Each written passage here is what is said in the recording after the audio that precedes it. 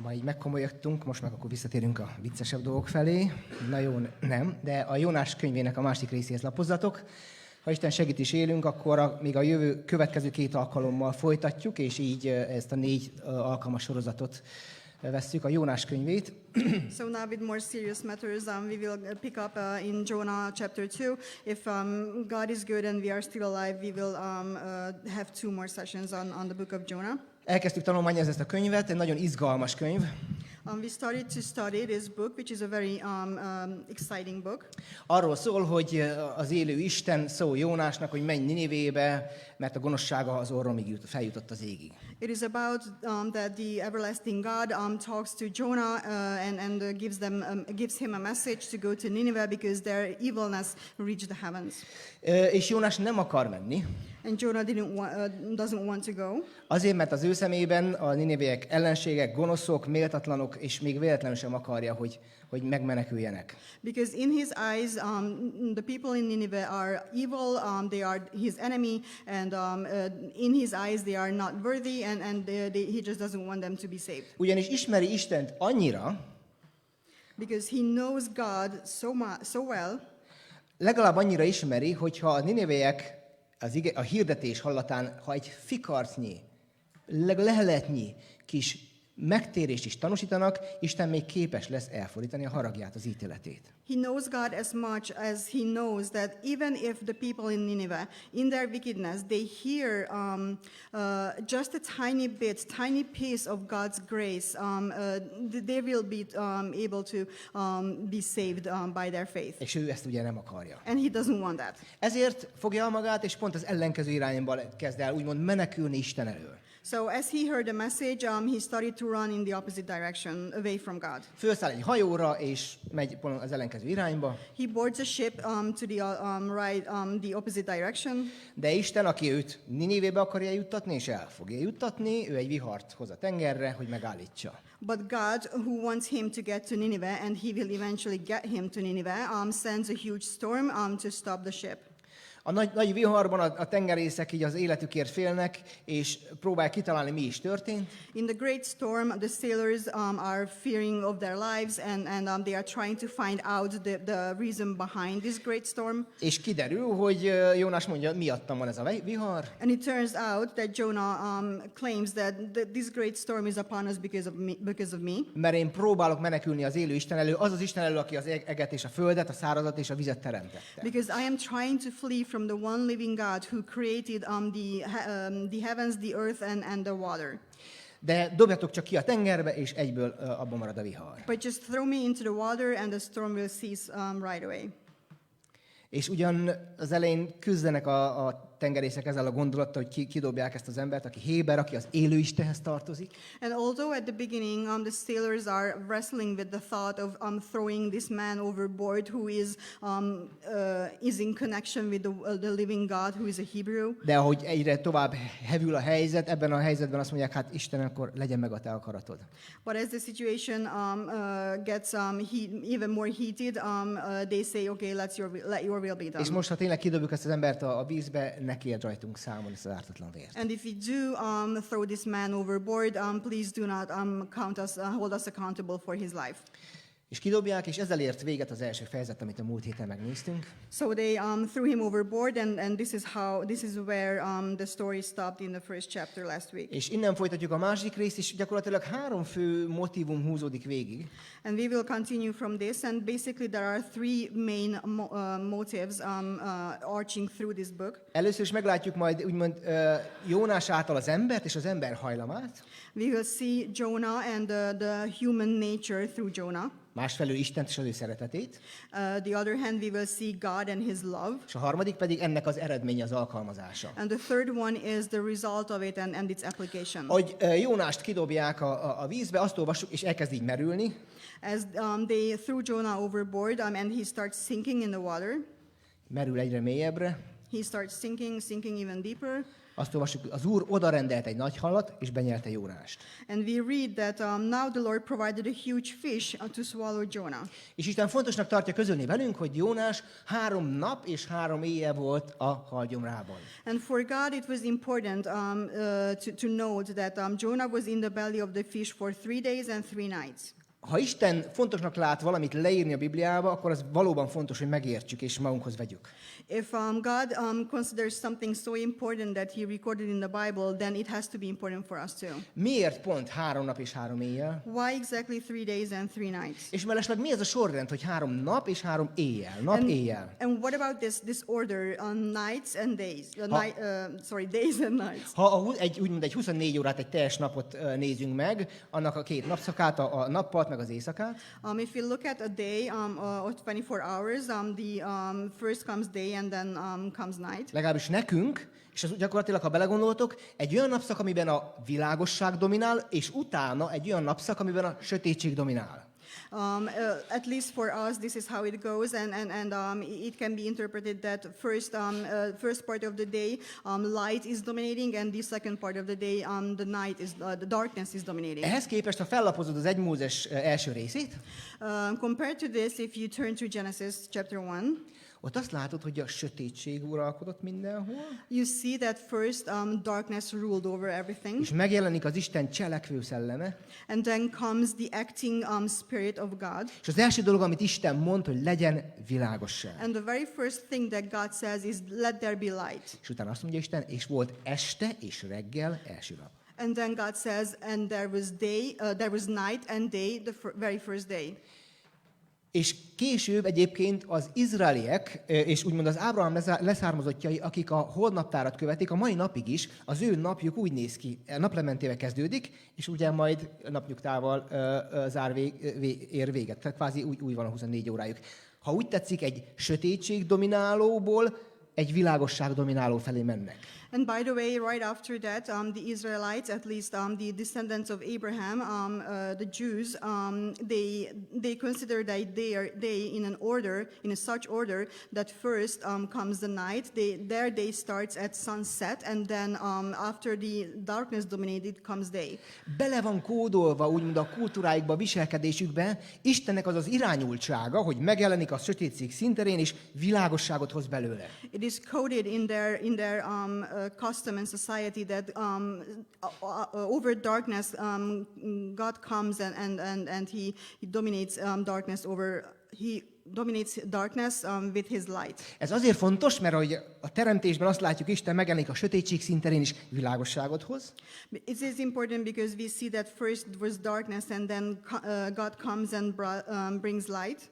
Viszont amikor először találkozunk ennek a fordítottjával, az az 1 Mózes 7-ben van, amikor Isten azt mondja Noénak, throughout Genesis, we see this order until Genesis 7, when God talks to Noah. a bűn úgy elharapózott a földön, úgy eluralkodott a gonoszság, He says that evilness spread over the earth so much hogy ennek az ítélet, a tisztítás lesz a következménye, that condemnation will come upon it, and I will purge it. és ezért lesz az özönvíz, az eső 40 nap és 40 éjjel. And then there will be a great flood for 40 days and 40 nights. Ott látjuk először a Bibliában, hogy megfordul a sorrend, a terminológia, a nappal és utána az éjjel. This is the very first time in the Bible when we see the terminologies shift, and day will be first and then night. Ugyanis ahol a bűn elkezd dominálni és a színtérre lép, és a gonoszság megsokasodik, Because when sin enters the scene and starts to dominate, and darkness will start to dominate, ott mindig ez a lefele húzó irányultság van, a sötétség felé haladó. then darkness just pulls everything down. És ebben a helyzetben Isten egyébként, hogy úgymond visszaállítsa az ő teremtési rendjét, And in that situation, God to set his creative order again. vagy ha úgy tetszik, hogy megmutassa, hogy miről beszélt, amikor a sötétségből világosságot hozott létre teremtéskor, Or to show or to reveal what he was talking about when he brought light over darkness. elbocsátja, elküldi az ő fiát a világra, He sends out his son into the world. abba a közegbe, amit a 40 nap és 40 éjjel az özönvíz, a bűnpusztítása jellemez, into the situation which is ruled over the flood 40 days and 40 nights, hogy számoljon és leszámoljon azzal az a hatatos erővel, ami ezt létrehozta, a bűnt és annak a hatalmát, to confront that power of sin and to do away with this power of sin és hogy ezt megtörje. and to break this power. És Jézus el is mondta, hogy ahogy Jónás volt 3 nap és 3 éjjel a halgyomrában, And even Jesus said himself that as Jonah was in the belly of the fish for 3 days and 3 nights, úgy kell majd az emberfiának 3 nap és 3 éjjel lenni a föld belsejében. the same way has to spend the Son of Man 3 days and 3 nights in the belly of the earth. Azért, hogy megtörje a sötétség hatalmát, a bűnhatalmát, To break the power of darkness and sin, és hogy egy új korszakot hozzon el, a világosságét. and to bring about a new era, the era of light. És ezért, ha nézed ezt az ívet a Bibliában, a Jelenések könyvének a végén azt látod, hogy ott Jelenések 22-ben már nincs több éjszaka. And if you see this theme arching through the Bible, then in the book of Revelation you see that there is no nights at all. Az 1 Mózes 1:3-at is, mikor azt olvasod, hogy ott volt a sötétség, Isten szólt világosság, úgy is értelmezheted. If you look at Genesis and you see that there was darkness and then came light, you can interpret it in a way. Mintha abban a kis gondolatban Isten elmondaná, hogy figyelj, ebből az egész sötét dimenzióból én világosságot hozok. És a Biblia, ez egy mondat, erről szól. You can interpret it in a way that God says that, see, look, from darkness I will bring lightness and I will do away with this darkness of sin. And this is the Bible in a capsule. Visszatérve Jónáshoz, amikor elnyelte a hal, azt olvassuk majd később, hogy Jónás imádkozott a halgyomrában. Back to the story of Jonah, when he was in the belly of the fish, we see that he started praying to God. Ez nagyon fontos, ez kvázi egy fordulópont a történetben. It is very important, and basically this is a pivoting point in the story. Ugyanis ez az első alkalom, hogy azt látjuk, hogy Jónás Isten felé fordul. Because this is the very first time we see Jonah turning to God. Egyébként nem csak abban van fordulat, amit Jónás tesz, hogy ő Istent megszólítja, vagy felé fordul, And it's not only a turning point for Jonah to turn towards God, hanem abban is, amit erre Isten cselekszik majd. but also what God's reaction to this will be. Nevezetesen, meglátjuk a fejezet végére, Isten kimenti Jónást a bajból. Because we will see it at the end of the chapter that God is going to save Jonah from this Azt a nagyon fontos problem. üzenetet akarja szívünkre érni, hogy az ima az minden esetben fordulatot jelent. He wants to engrave this one message to our hearts that prayer is always a solution. Az Isten felé való fordulás az minden esetben garantáltan eredményt jelent. Turning towards God is, in every instance, it is a guaranteed success. Az, hogy kiben, mikor, mit és hogyan végezel, ez nem a mi dolgunk, ez az Isten dolga. Knowing when and how and what will be the result in the person's life because of prayer, it is not to us to decide, but it is God's. Az nem az én dolgom, az enyém csak az, hogy odaforduljak hozzá. It's not my business. My business is only to turn to God. Az enyém az, hogy megszólítsam, hogy segítségül hívjam. My task is to call on his name, to talk to him. És ahogy itt olvassuk a második részben a Jónás imáját, azt mondja, nyomorúságomban az Úrhoz kiáltottam, és ő meghallgatott engem.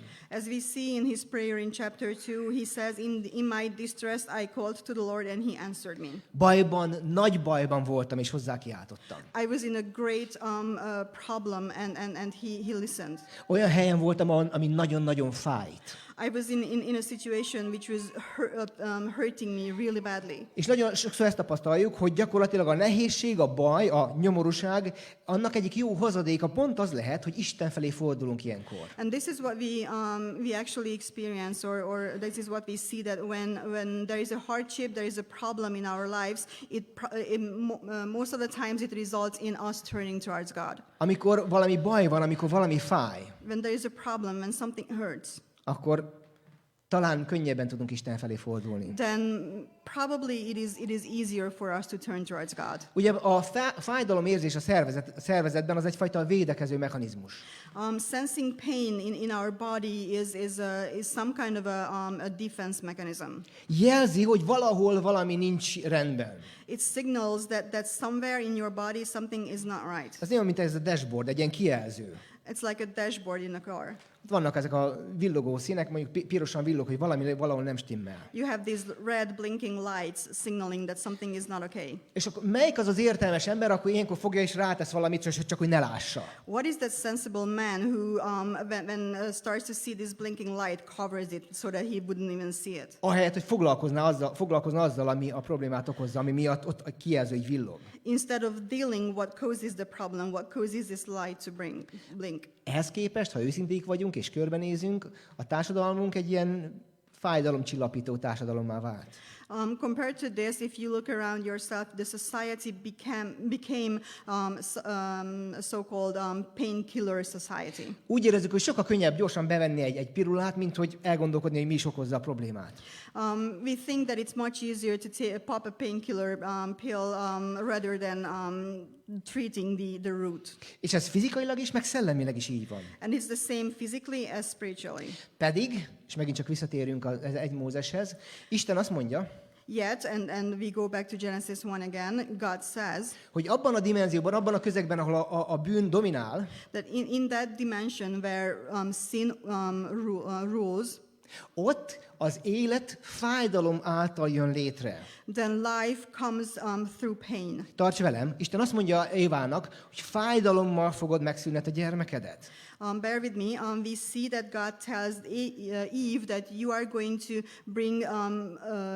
born your child with pain. Jézus, mikor később készül meghalni, azt mondja a tanítványainak, most szomorú a szívetek, When Joseph is about to die, he says to his children that now your heart is sad. de később, amikor megláttok engem, amikor feltámadok, örülni fogtok. But later on, when you are going to see me resurrected, you are going to be joyful. Az asszony, amikor szül, amikor eljött az ő órája, When the women in labor and their hour comes, gyötrelemben van, they are in pain. de később, amikor megszüli az ő gyermekét, But later on, when they deliver their children, elfelejti azt a fájdalmat az öröm miatt, hogy gyermek jött a világra. they will forget about this pain because of the joy that there was a baby born into this earth. Ha egy picit elgondolkodunk, ebben a bűnnel dominált dimenzióban nagyon sokszor valóban és minden területen az van, hogy sok dolognak meg kell fizetni az árát, meg kell szenvedni érte, úgy fogalmazunk. If you just think about it, that in this world which is dominated by sin, to gain something, most of the times you have to pay its price. Akár az élsportban, Even in professional sports bármilyen más területen, or any other areas. mondjuk ha valaki tényleg eredményt akar elérni, akkor tegyük fel az élsportolót, amíg a haverok elmennek, lehet inni, vagy nagyokat alszanak, ő már reggel hajnalban 5-6-kor ott van az uszodában, és lehetsz 2-3 órát. Professional athletes, if they would like to gain or win, and they want to achieve something, instead of partying and going out with friends, normally they are in the arena training in the early morning hours. És alkalmaznia kell a lemondás fájdalmát, And they have to apply the pain of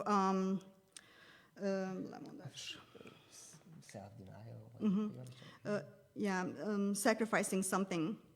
Annak érdekében, hogy egy nagyobb dolgot elérjen, hogy valami nagyobb szülessen. Instead of in case so that they have to experience this pain of self-denial or sacrifice to see and gain that goal. És valaki úgy fogalmazta, hogy itt a világon mindenképpen mind fájdalmon megyünk át. And someone explained it this way, that in this earth we all go through pain. Vagy az önfegyelem fájdalma, sometimes it is the pain of self-discipline, vagy a megbánásé később. or the pain of resentment. Ha most ide behoztak egy tál salátát, meg chipset, meg kólát, If you would bring a bowl of salad and chips and soda, nekem mindenképpen úgymond lemondással járna, fájdalmasabb lenne a salátát választani, it would be I would have to give up something and choose salad. It would be painful to choose salad for me. Annak érdekében, hogy később is inkább az egészség oldalán álljak, nem a betegségén. so that later on I would be standing on the side of health and not sickness. Úgyhogy a nyomorúság, a fájdalom mindenképpen, tehát az mindenképpen lemondásra jár. Misery and pain always brings about sacrifice. És az önfegyelemben is, meg a bánatban is van, mind a kettőben van fájdalom. And in self-discipline and self-discipline and giving up Csak something, valaki azt mondta, hogy az előzőt az grammokban mérik, az utóbbit pedig tonnában. it has pain. And someone said that the first one is measured in grams and the other one in tons. Jónáshoz visszatérve azt mondja, hogy nyomorúságomban, mikor már végre ott voltam, az Úrhoz kiáltottam, és te meghallgattál engem. Back to Jonah, he says that in my distress I called upon the Lord and he answered me. Az én jaj kiáltásomat eljutott hozzád. My woe got to him and he heard me. És Jónás úgy folytatja, a mélységbe dobtál. And he said that you threw me into the deep realm. A te vizeid összecsaptak fölöttem. Your waters crashed over me. A mélységbe dobtál. You threw me into the deep. Isten dobta a mélységbe? Was it God who threw him into the deep? Vagy csak az történt, amit maga Jónás is mondott, hogy dobjatok a vízbe, mert csak így fogtok megmenekülni. Or it happened actually what Jonah told them to do, throw me overboard and then you will be saved. Isten vetette a mélybe, vagy az történt, ami még Jónás szerint is, aminek meg kellett történnie? Did it happen because of God, or because what Jonah said that even according to him this had to happen? A 4 Mózes 32-ben Mózes figyelmeztetni akarja Izraelt. In Numbers 32, God wants to warn Israel. Azt mondja nekik, hogy ha úgy döntötök, hogy nem engedelmeskedtek Istennek, He says that if you decide that you will not obey God és a vétkek útján jártok, and you walk the path of sin, tudjátok meg, hogy a bűnötök utolér titeket és megbüntet. you should know that your sin will catch up with you and will condemn you. Nem Isten fog megbüntetni, hanem a bűnöd ér utol, az fog megbüntetni téged. It's not God who is going to punish you, but your sin will catch up with you and it will have its punishment. Ami Jónást illeti, ebben az Istentől való elfordult állapotban odafordul Istenhez, As far as Jonah and his story goes, in his distress, in his misery, he turns towards God és hozzá kiált. and he cries out to him. Ami őt, mint embert illeti, ebben az állapotában még úgy fogalmaz, azt gondoltam, hogy elvetettél szemeid elől, 5. vers. Being a human, he said that I thought that you banished me from your sight. Azt gondoltam, hogy eltaszítottál magad elől, I thought that you cast me out. bár csak megláthatnám még a te szent templomodat valamikor. I wish I would be able to have my eyes upon your holy temple. Ebben az állapotban Jónás eltaszítottnak érzi magát. In this state of his, Jonah thinks that he is an outcast, Istenhez képest távolinak. far away from God. Pedig hogyan taszítaná Isten el őt, aki még a niniveieket sem akarja elvetni? But how would God want to cast away Jonah, the God who even wants to save the Ninevites? De ebben az állapotban, hogy ott van és merül a mélységbe, a vízbe, But in his state, as he is there in the water and sinking deep, ahogy benyeli őt a nagy hal, as he was swollen by the big fish, kicsit úgy érzi, mintha így a nagy vizek így torkon ragadták volna. he feels as if the great deep waters would have grabbed his throat. Mintha a halálnak a torka így megragadta volna, és így magához szorítja, és mozdulni sem tud. As if the throat of death would clinch him and it holds him so tight that he cannot get away. Ahogy lesüllyedtem a mélyig, a hegyek aljáig, azt mondja. As I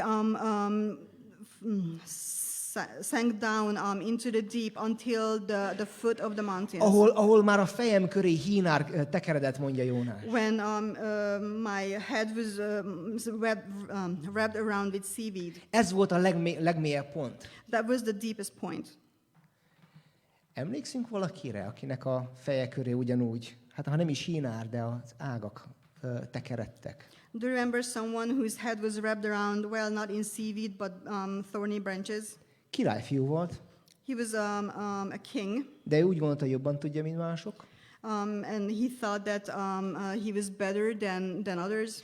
Úgy gondolta, hogy jogot formált arra, hogy keserűséget tartson fenn a szívében, akár az apja iránt. He thought that he had the right to have bitterness in his heart toward his father.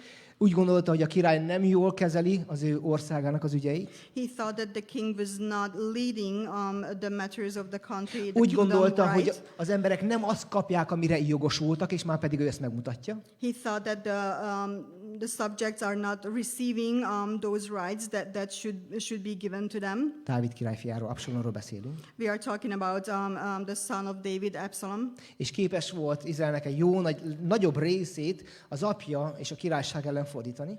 And he was able to turn away the bigger portion of the kingdom against his father, the king. Hogy Izrael ellen harcoljon. That Israelites would fight against Israelite. És egy ilyen csatában, ahogy hosszú volt a haja, és befutott egy ilyen az erdőbe, belovagolt. In one of the battles, as he was running away from the battlefield, he went into a bushy area. Ahogy lovagolt, az a hajánál fogva beakadt egy ilyen sűrű fa ágai közé. He had long hair, and as he was riding his horse, his hair caught on in a bushy tree. És oda ment valaki, és a dárdája 3-szor beledöfött és meghalt. And someone went there and threw his javelin into his body, and he died. Beakadt a feje. A fej a gondolatoknak, az érzelmeknek úgymond a központja. His head was caught on something, and the head is the center of the thoughts of the mind. Amit elural a keserűség. What was ruled over bitterness, bitterness. Amit meghatároz a jogosultság gondolata. Emlékeztek múlt héten? Ki mire jogosult? Which sets the rules of who is enabled or what is rightfully yours. Do you remember last week that we talked about it? A gondolatai mindennek a központja. The center of the human thinking. Ezért mondja Pál a Filippi 4:8-ban, hogy könyörgöm, csak arra gondoljatok. This is why Paul says in Philippians 4:8 that I beg you to think about only Ami tiszta, which is clean, pure, ami igazságos, which is just, ami tisztességes, which is rightful, ami nemes, which is noble, ami jó hírű, which has a good reputation, ami dicséretes. which is praiseworthy. Csak ezeken gondolkodjatok. Think only about these things. Ez legyen az a szűrő, amin keresztül meghatározzátok, hogy mi megy be. This should be the filter that you set and what decides what goes in. Micsoda életminőséget garantál egy ilyen szemlélet? What kind of quality of life is guaranteed with this kind of a perspective? Ha ezt képes lennének használni nap, mint nap, hogy ezen a szűrőn keresztül vizsgálom meg, hogy minek adom a tekintetemet, a figyelmemet. If I would be able to use this and apply this every single day to use this filter, what comes into my life and what defines my life. Amikor jönnek a gondolatok, When different thoughts come, és egyszerűen erre a mérlegre tudnám tenni minden alkalommal. and if every single time I would be able to place these thoughts on this scale, Megfelelnek a szűrőnek? does it can I identify with this filter? Nem? No. Akkor elvele. Then cast away. Nem az én harcom. Engedjem el. It's not my business, not my battle. Let's cast it away. Attól félek, hogy én legalábbis nagyon sokszor alábecsülöm ennek a jelentőségét. I'm afraid that many times I do not I'm not aware of the importance of this. Hogy mit jelent őrizni a hadiközpontot, ha úgy tetszik. What does it mean to guard the war headquarters, if you would say so? A fejemet, a gondolatokat. My mind, my thoughts. Ezért mondja Pál a 2 Korintusban, hogy kaptunk szellemi fegyvereket. That's why Paul says in 2 Corinthians that we do have spiritual armor. Amelyek igenis erősek, hogy az ilyen erődítményeket lerontsuk. Which are strong enough to bring down these strongholds. Mert egy halom olyan gondolatban és okoskodás, amely az Isten igazi megtapasztalása ellen emeltetik. Because there are so many thoughts and the reasoning which is built up against experiencing God. Amelyek olyan alattomosak és olyan erősek és sajnos olyan hatékonyak. Which are so tricky and unfortunately effective. hogy egy attól erősebb valamire van szükség, az isteni fegyverzetre.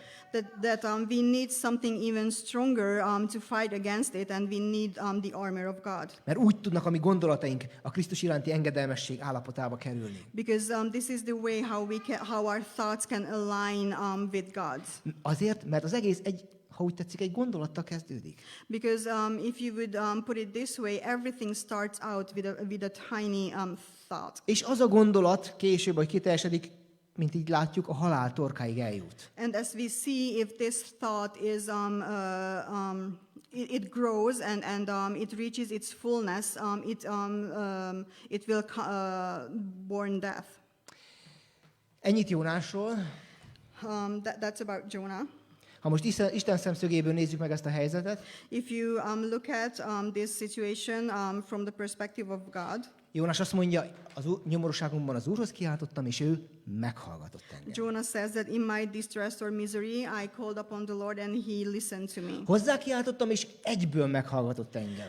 I cried out to him and right away he listened to me. Ez azért érdekes, mert eddig a sztoriban Isten hányszor próbált kiáltani Jónásnak, és Jónás nem hallgatta meg Istent. It is interesting because so far in this story we see that there were so many times when God was trying to cry out to Jonah and Jonah didn't listen. Ehhez képest, ahogy Jónás Istenhez kiált, Isten egyből meghallgatja. As a comparison, when Jonah cries out to God, God listens right away. Nem tudom, csak én vagyok vele, úgyhogy néha úgy érzem, hogy nagyon elég egyoldalú ez a kapcsolat Istennel, nem? Is it only me who thinks that this relationship with God is only one-sided? Hogy ő hányszor kell szóljon. How many times does he have to speak? Jó esetben valamikor esetleg meghallom. Sometimes in a good situation I hear his voice. Ehhez képest, amikor hozzá kiáltok, ő egyből, azonnal ott van. Compared to this, when I cry out to him, right away he's there and listens. Jónás azt mondja, amikor úgy éreztem, hogy ezek, mint a nagy hatalmas kapuk így mögöttem bezárulnak, He says that when I felt like those great gates were shut tight behind me, akkor te egyből kimentettél, így kiragadtál onnan. then you grabbed me out. You took a hold of me and you took me out of that situation. Ugye megvan nekünk ez a középkori várak képe, We have this picture about the palaces or castles of the fortresses of the Middle Age. És ha lehetett, még egy ilyen vízárokkal is körbevették, hogy az ellenfél nehezebben tudja megközelíteni. And if they were able to, they set a water trench around the fortress so that És it ha would be even vízárok harder volt, to akkor get volt egy ilyen into. függőhíd, amit leengedtek, hogy át lehessen menni. And if they did have this trench filled with water, there was this bridge that could be lowered down. De ugye mindenképpen kőfalakkal vették körül a lakóhelyet. But their living areas were surrounded by these rock walls. És ugye volt egy kapuja, ami nagyon erős, masszív fából volt, vagy öntött vasból. And they had a very strong fortified gate, which was made out of very thick wood or even cast iron. Akár megvan ez a kép, ami az öntött vas rács, amit így leengednek hatalmas láncokkal, és így bezárja a bejáratot. You can even picture this as they were lowering down this gate, and those cast iron rods were lowered down by the chain, and it just shuts tight. És egy ilyen dolgot kell elképzelnünk, hogy mondjuk egy ilyen harci helyzetben ott van valaki, aki kimerészkedik a város biztonságából. And you just have to picture this when someone in the battle time goes out of the safe area of the fortress. És az ellenség nyomul utána és üldöz, és egyre közelebb kerül az emberhez. And the enemy is just chasing that person, and they are getting closer and És az closer. ember próbál visszamenekülni gyorsan még a városba. And this man is trying to get into the safety of the city or the De az fortress. ellenség üldöz, és egyre közelebb kerül hozzá. But the enemy is chasing after him, and they are catching up to him. They are closer and És a closer. kapu őrzői azon a ponton azt kell eldöntsék, hogy most még felhúzva tartják azt a nagy rácsot, hogy bemehessen az emberük, de vele együtt bemegy az ellenség is. And the guards on the wall, they have to decide what is the point when they have to let down that gate, because if they keep it up long enough with the man, the enemy will get Vagy in. fogják és leengedik. Or they just shut it, they just let it down and let it be closed. És Jónás azt mondja, már hallottam azt a csattanást, hogy így lezárul mögöttem. And Jonah said that I even heard that noise when the gate was closed. És akkor fogtál, és kiragadtál engem. Azt And mondja. then you just take a hold of me and you grab me out. Élve kihoztál onnan a sírból. You brought me out alive from the depth of the grave. Kihúztál élve. You get me out alive. És mivel Jézus említette, hogy Jónáshoz hasonlóan neki is a föld belsejében kell lennie, And since Jesus mentioned that just like Jonah, he had to be in the belly of the earth, azon gondolkodtam a héten, hogy ő, aki a zsoltárokat ihlette is, ismerte. I was thinking about this past week that the person who inspired the Psalms, Lehet, hogy ez volt egyik, úgymond, ige szakasz, amit Jézus a szívben forgatott, miközben ott tusakodott a Gecsemánéban. maybe this was one of the passages that he was just thinking and meditating upon in his heart when he was there at the Garden of Gethsemane. Amikor az ő haláltusáját vívta a Gecsemáné kertben, meg később a kereszten, When he was fighting his death fight in the Garden of Gethsemane and later on the cross, ahol szembe kellett néznie azzal a feneketlen mélységű sötétséggel, ahogy bezárul, when he had to face that dark pit of darkness, which is never ending and it shuts tight, ahonnan nem látható az Isten temploma, from which you are not able to see the temple of the Lord. mégis megragadta ezt a gondolatot, hogy te viszont kiragadtál engem. Yet he hold on to this thought that you took a hold of me and you grabbed me out. Jézus megragadta ezt bizalommal, hogy az élő Isten kiemel. He hold on to this thought with his trust that God is lifting up. És ugye, ahogy kiragadtál, azt mondja Jónás, imádságom eljutott hozzád a te szent templomodba. As you grab me out, my prayer reached you in your holy temple. Ahogy végigkövettétek így ezt az imát, itt az Isten temploma itt másodjára jelenik meg. As you follow his prayer, you can see that the temple of the Lord is mentioned twice. Először, mikor azt mondja, hogy úgy érzem, hogy elvettettem a te jelenétedből, és sóvárog, azt mondja, bárcsak megláthatnám a templomodat. First, when he says that I have been banished from your side and I'm just desiring to see your holy temple. Itt pedig másodjára, amikor azt mondja, hogy imádságom eljutott hozzá az ő szent templomába. And here, second time, when he said that, and my prayer rose to your holy temple. És figyelj, tarts velem, And bear with me. Isten azt mondja, hogy ő az ő templomából cselekszik. God says that God is acting from his temple. Most nem az ítélőbírói pozícióból cselekszik, hanem a templomából cselekszik. Right now, he is not judging from his judgment seat, but he is acting from his temple. És az ő tetteit, annak a minőségét és a kimenetelét meghatározza. And he defines his acts and the outcome of his acts. Ott, amikor az 5. részben azt mondta, hogy bárcsak megláthatnám a te templomodat, feltetted meg annak a kérdést, hogy vajon miért ez a talán nem is odaillő sóvárgás abban a helyzetben. In verse 4, when Jonah says that I would like to see your holy temple again, it might be a thought that is out of line. It doesn't belong here in this situation. És ez azért van, mert a templom az, ahova eljut az ő segélykiáltása. It is because, he says this because his cry for help reaches the temple, the holy temple. Mert a templom egyenlő Isten segítsége, Isten beavatkozásával. Because the temple equals God's help. Az ő jelenléte egyenlő az ő segítsége. His presence equals his help.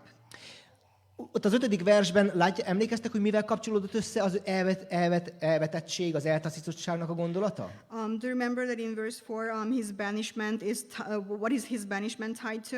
Azt mondja, elvetettél a szemed elől, bárcsak megláthatnám a te templomodat. I have been banished from your sight, yet I desire to see your holy temple again. Tehát az eltaszítottság érzése a templom látványának a hiányával kapcsolódik össze. The feeling of his banishment from God's sight is linked to the desire of seeing the temple again. A templom pedig Isten segítségét, beavatkozását jelenti. And the temple means the help and intervention of God. Tehát kvázi nem látom, hogy van számomra segítség. Basically, what he means is that I don't see that there would be help for me. És akkor, amikor a depresszió, ha úgy tetszik, képes valakit leuralni, akkor mindig ez történik. When depression overcomes and rules over someone, it is always like this. Olyankor az ember elveszíti szem elől, hogy Istennél van számára segítség. At that time, people are failing to see that with God there is help. Hogy Isten érte van, és nem ellene. That God is for him and not against him. Hogy Isten értékesnek látja. That God sees him as valuable. Emlékezz erre. Remember this. Emlékezz erre, hogy Isten nagyon értékesnek lát téged. Remember that God thinks about you as somebody who is valuable. Aki az ő templomából alig várja, hogy segíthessen neked. Who just cannot wait to intervene and help you from his temple. És emlékeztek az 1 Korintus 14-ben azt mondja Pál, hogy Isten temploma ti vagytok. And remember in 1 Corinthians 14, Paul says that you are the temple of God. És ott beszél a különböző szellemi ajándékok megfelelő helyes gyakorlásáról. And he's talking about the application and use of the rightful and right use of the different spiritual gifts. És kaptatok különféle ajándékokat és szolgálatokat, és amikor elkezditek rendesen használni, rendeltetésszerűen, you received different spiritual gifts, and when you starting using them as you should use them, akkor bejön egy idegen, mondja Pál, then there comes a foreigner into your church. és mit fog tapasztalni, mit fog kijelenteni? And what will they say? What will they see? Hogy Isten közöttetek lakik. They will see and state that God is among you. Mert megtapasztalja Istent azon a helyen köztetek. Because he experiences God at that place in your midst. Mint a nyomorultnak a segítőjét. As the helper of those in misery. Az az imám, hogy a mi közösségünk egy olyan hely legyen. My prayer is that our community would be a place ahol minden szolgálatból, a gyerekszolgálattól elkezdve a kávézóig, where every ministry, starting from the kids ministry to the coffee shop, az árad, az jelenik meg, hogy Isten a nyomorult segítője. would be visible and just pouring out the fact that God is the helper of those in misery. Ahol még a csapból is ez folyik. I pray that this place would be a place where this flows from the tap. Hiszitek, hogy az emberek így iszomjazzák az ilyen helyet? Do you believe that people are thirsty for such a place? Ahol megtapasztalhatják Isten segítségét. Where they can experience the help of God? Minden szolgálatnak ez a rendeltetése. Every ministry, this is the goal of every ministry. Hogy ezt hirdesse, hogy Isten segít a nyomorultnak. To proclaim this, that God is helping those in need, those in misery. Ez volt a másik része a szakasznak, ahogy egy kicsit Istenről beszéltünk. So this was the second part when we talked about God's perspective. És egész röviden csak az alkalmazásról. And now very shortly about the application. Jónás azt a következtetést vonja le a 9. versben. In verse 8, Jonah says, akik hitvány bálványokhoz ragaszkodnak, azok elhagyják jó tevőjüket, vagy első szerelmüket egyik fordítás szerint. those who cling towards worthless idols turn away from the God of love, or from God's love. És megint csak, ha így követed a Zsoltárt, vagy ezt az imát, egy kicsit úgy elgondolkozol, hogy hogyan is kapcsolódik így az egészhez? Mi az összefüggés? Again, if you follow this prayer, his psalm, then you think about, okay, so how does it come here? Nyomorúságomban Isten megszabadított. In my misery, God set me free. Bálványimádás, elfordulni Isten első szeretetétől. Idol worshipping, turning away from the first love of God. Mi is a bálványimádás? What is actually worshipping idols or idol worship? Van úgy, hogy mondjuk olvassuk az Ószövetséget, Sometimes when we read the Old Testament, és valaki úgy beszél róla, vagy én úgy értelmezem, when someone talks about it in such a way, or I interpret it in such a way. Amikor Izrael történetét olvasom, és ilyen bálványimádás, meg olyan, When you read about the history of Israel and you see idol worship, this kind of idol and that kind of idol worship, hogy ilyen kb. Hogy fúj, meg hogy tehettek ilyet, meg stb. you think that, oh my God, how can they do such a thing and so on? Mintha én legalábbis afölött állnék, As if I would be above them. mint aki elfelejti, amit Pál mondott, hogy amik megirattak a ti tanulságotokra, a mi tanulságunkra irattak meg. As if I forget what Paul said, that those which were recorded, they were recorded for your own good, for your benefit. És elfelejtem, hogy ezek az Izrael bálványimádási elhajlásai nem más mutatnak meg, mint az emberi szívnek a hajlamait. And we forget that these times of the Israelites in history, when they turned away from God to worship idols, they show the human heart,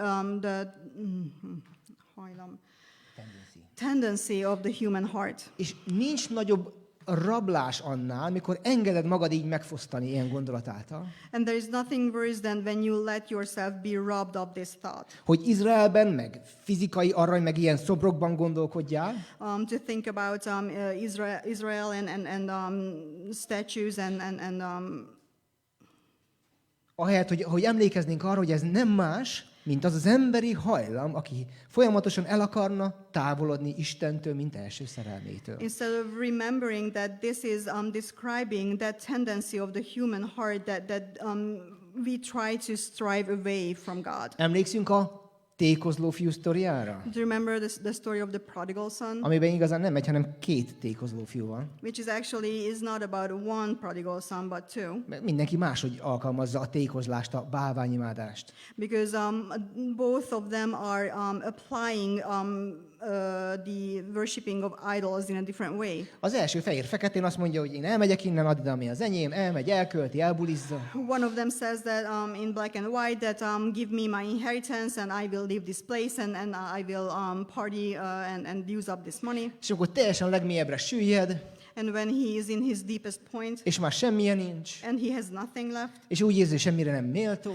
and he thinks that he is not worthy of anything. magához tér, és azt mondja, hogy elmegyek apámhoz, és ha már fiaként nem, de megkérem, hogy legalább egy béreseként, egy szolgáként fogadjon vissza. And when he gains his senses back, he says that I will go back to my father's house, and if he doesn't accept me as his son, I would be the least of his servants. És ehhez képest az atya, aki nem a jogosultság, ez egész végigvonul a Jónás könyvén, aki nem a jogosultság talaján kezeli a fiát, And compared to this, the father who is not dealing with him on the rightful path, and this is exactly arching through the story of Jonah, he doesn't give him what he really deserves. azt mondja a szolgáknak, hozzatok kaját, friss új ruhát rá, gyűrűt az ujjára, ünnepeljünk, örüljünk, mert az én fiam elveszett és megtaláltatott. He tells his Meghalt és servants feltámadt. that prepare a feast, prepare a meal, bring fresh and fancy clothes for him, and give him a ring because my son who was lost was found again. Ehhez képest a tesója, amikor meghallja ezt a nagy bulizás hangját, az öröm újongást, Compared to this, the brother, when he hears the sound of this feast, egyáltalán nem örül. he is not joyful at all. Miért? Why? Mert ő a jogosultság talaján áll. Because he is standing on the ground of right. És azt mondja az apjának, én mindig itt voltam folyamatosan veled, szolgáltalak, és mégsem adtál soha legalább egyszer egy túkot, hogy az én barátaimmal levágjam és ünnepelhessek. Or the ground of entitlement, and he says to his father that, Father, I was here with you all the time. I was beside you, and you didn't even give me an oxen to be sacrificed and offered to my friends as a meal. És emlékeztek, mit mondta az apja neki? Do you remember what his father told him? Fiam, te mindig velem vagy, Son, you were here with me all the time. és mindenem a tied. All of what I have is yours. Csak örülnöd kellene. You just should be joyful about it. Mert abban a dimenzióban, ahol érted, hogy mindened a tied, oda nem fér más bele, csak az öröm. Because in that dimension, when you realize and you are aware of the fact that everything is yours, nothing can exist, only joy. De nem csoda, hogy nem tudsz örülni, mert nem azon a talajon állsz. But it's no surprise that you are not able to rejoice because you are not on that ground. Mert ugyan fizikailag a testedben, bőrben itt voltál ugyan mellettem, de a szíved el van fordulva attól a mindenem a tied állapotától. Because physically in your body and in your flesh you were here with me, but your heart was so far away from having everything that I have. Ez az emberi szív hajlama egy adott pillanatban. Vagy az első, vagy a másik verzió. This is a tendency of the human heart, either the first one or the second one. Ehhez képest az atya azt mondja, mindenem a tied. Compared to this, the Father says, everything I have is yours. Ha nagyon le akarjuk egyszerűsíteni az életet, ez az élet alfája és omegája. Ha megértem azt, hogy minden az, ami az atyáé, az enyém. If you would like to simplify the life, then this is the alpha and omega of the life with him, is that when I understand that everything he has is mine. És ezután azt mondja Jónás, én hálai neked, zengve áldozok neked, és teljesítem fogadalmaimat. And after that, Jonas says that I shout of grateful praise and I will sacrifice to you with joy. Hálát adok neked, hálás lesz a szívem. My heart will be thankful. I will give thanks to you. Tarts velem, figyelj! Az előző versben az elhajlásról beszéltünk. Hold on. In the first portion, we were talking about going away from him. Itt meg a háladásról. Now we are talking about thankfulness. Azt mondja a Szentlélek, hogy az elhajlás ellenszere a hálás szív. The Holy Spirit says that sliding back, sliding away from God, the opposite of it is the thankful heart. Itt az Isten imádatát, dicsőítését a háladás formájában fejezi ki. He expresses the worship of God with the picture of a thankful heart. Ugyanis, és ezt nem is lehet máshogy, mert ha a mindenem a tied gondolat megragad, arra nem lesz más válasz, reakció, mint az, hogy hálát ad az ember. And you cannot do anything else, because if this thought grabs your mind and you are aware that everything is yours, then your response cannot be anything else but thankfulness. A hálás szív a legjobb orvosság. Thankful heart is the best remedy. És a legjobb dicsőítés. And the best worship. Amikor egy pillanatra megállsz, és átveszed magadban, akár csak egy fél percig, egy percig, hogy miért is lehetsz hálás. If you just take a moment and you would like to think about what you can give thanks for. Amikor hálás üzemmódban vagy, when you are in a thankful mode, akkor Isten szemszögéből a legmélyebb imádatot, dicsőítést gyakorlod. then you are practicing the deepest form of worshiping God. Nem kell hozzá föltétlenül egy felkent dicsőítő csapat. You do not need at that moment an anointed worship band. Nem árt, ha van. It's not a problem if you have, De nem attól lesz az. but it's not depending on them. És most, ahogy befejezzük ezt a tanítást, töltsünk szó szerint 30 másodpercet. And now as we finish up this teaching, just spend literally 30 seconds. És csak vegyél át magadban legalább 3 dolgot, ami miatt hálás lehetsz. And just think about at least 3 things that you can be thankful for. Óra indul.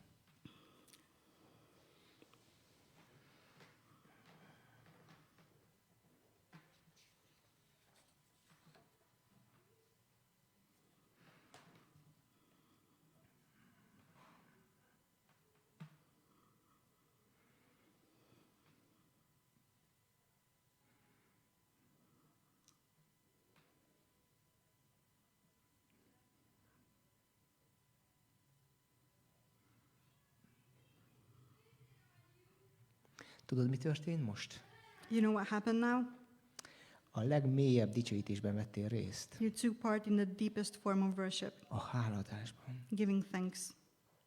Ha folytatni szeretnéd vele, gyere csatlakozz hozzánk este az ima alkalmon. If you would like to continue with this, then please join us to our worship, our prayer meeting. Mert a gyerekszolgálat, az itteni alkalmak, a bibliatanítás, az ima alkalom mind a háladás köré épül. Because every ministry here in this church, the kids ministry and every form of ministry is surrounded with this. Imádkozzunk. Let's pray.